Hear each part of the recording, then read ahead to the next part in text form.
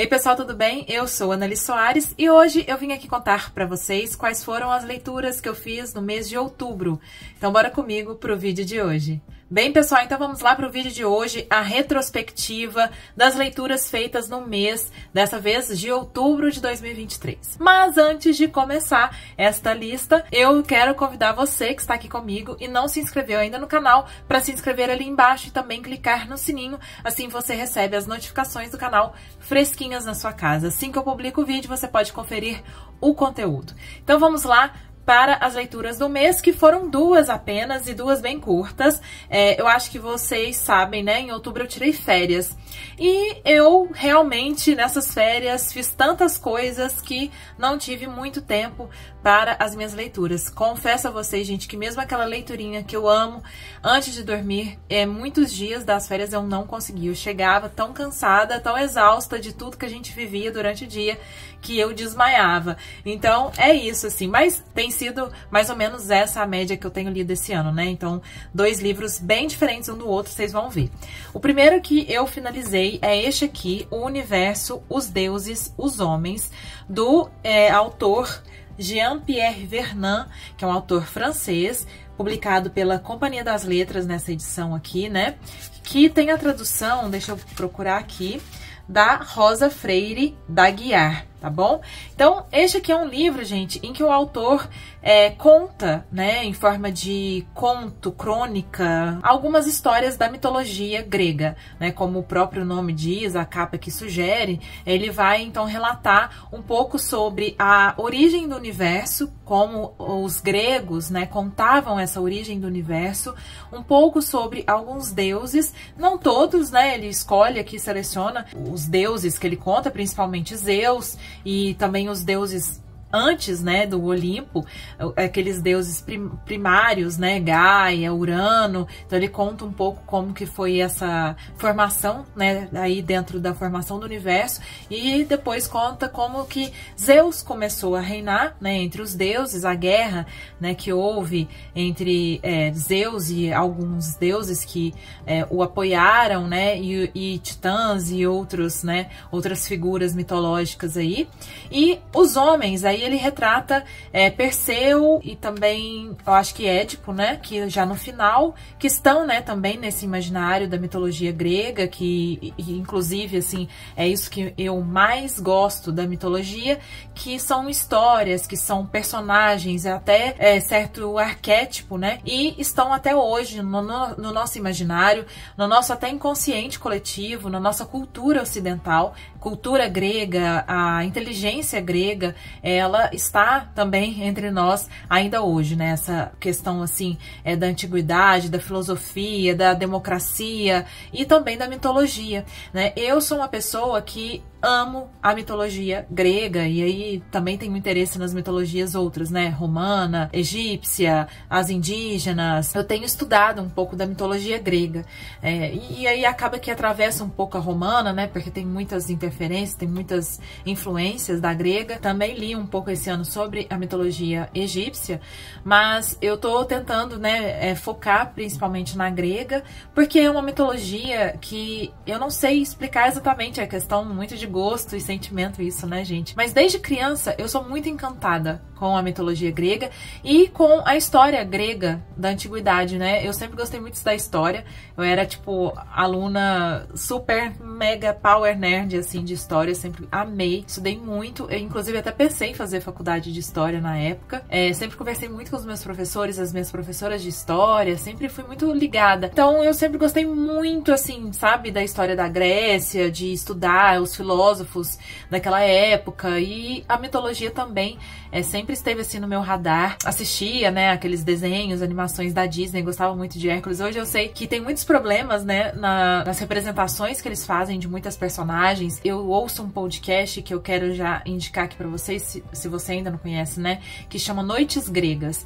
Eles têm esse podcast, que é o professor Moreno e o Felipe Speck, que é genro e sócio, né, do professor Moreno, que contam, então, assim, narrativas maravilhosas da mitologia, explica muita coisa pra gente. Tem até agora, assim, lá no podcast deles, uns 50 e tantos, eu acho, episódios. E nossa, gente, pra mim, assim, é um momento, assim, sabe, de ouvir eles contando essas histórias, e também vou, pouco a pouco, lendo, que eu acho que eu vou começar a ler ainda mais coisas, se talvez vocês vejam, talvez, né, não sei, por aqui no canal, algumas outras indicações desse tipo. Eu tive um insight, assim, muito subjetivo, mais ou menos inexplicado. Eu até entendo um pouco o caminho do meu sentimento, do meu raciocínio, assim, que era importante eu estudar mitologia pro entendimento e pra construção de algumas coisas do meu romance, né, o próximo romance que eu vou escrever. Eu tô me preparando, né, pra escrita, tô nesse momento de pré-escrita, mas já escrita, né, de estudos e tudo mais, pra estruturar melhor, assim, a ideia do romance, das personagens. Não acredito que vá ter nada muito diretamente ligado à mitologia, não vai ter referências, mas é mais para algo mais profundo, assim, uma camada muito mais profunda de escrita que eu fui buscar na mitologia.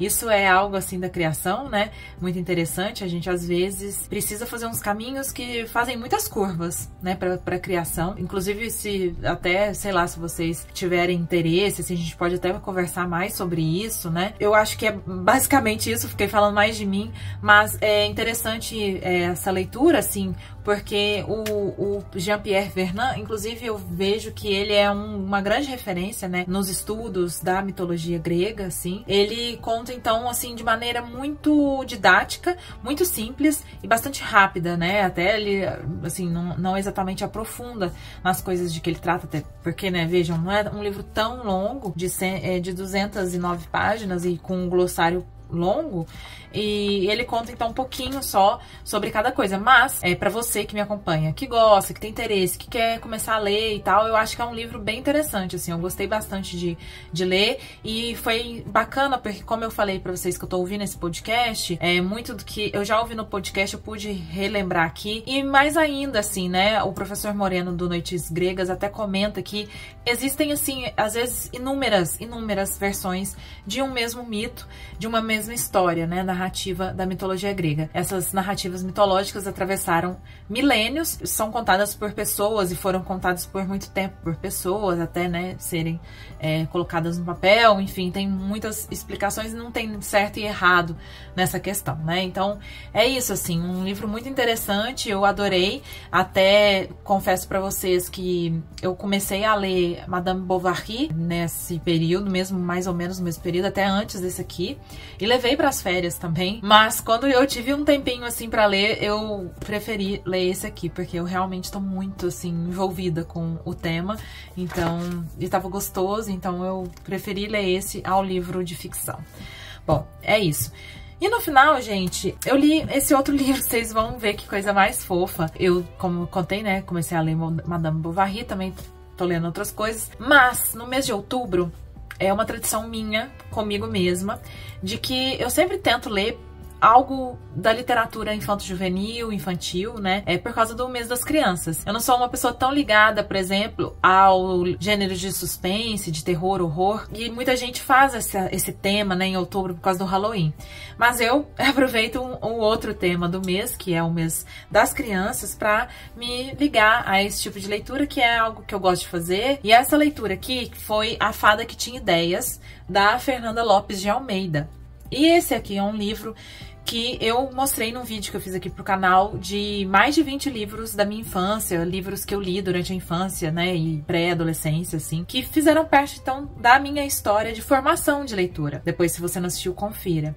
E eu citei esse livro aqui e mostrei pra vocês que é o livro que eu tinha, né, durante a minha infância, inclusive, ó, a letra da minha mãe, na época, escreveu Biblioteca Annalise e Livia Laila, né, que era minha e da minha irmã, Passos, 16 de agosto de 1999.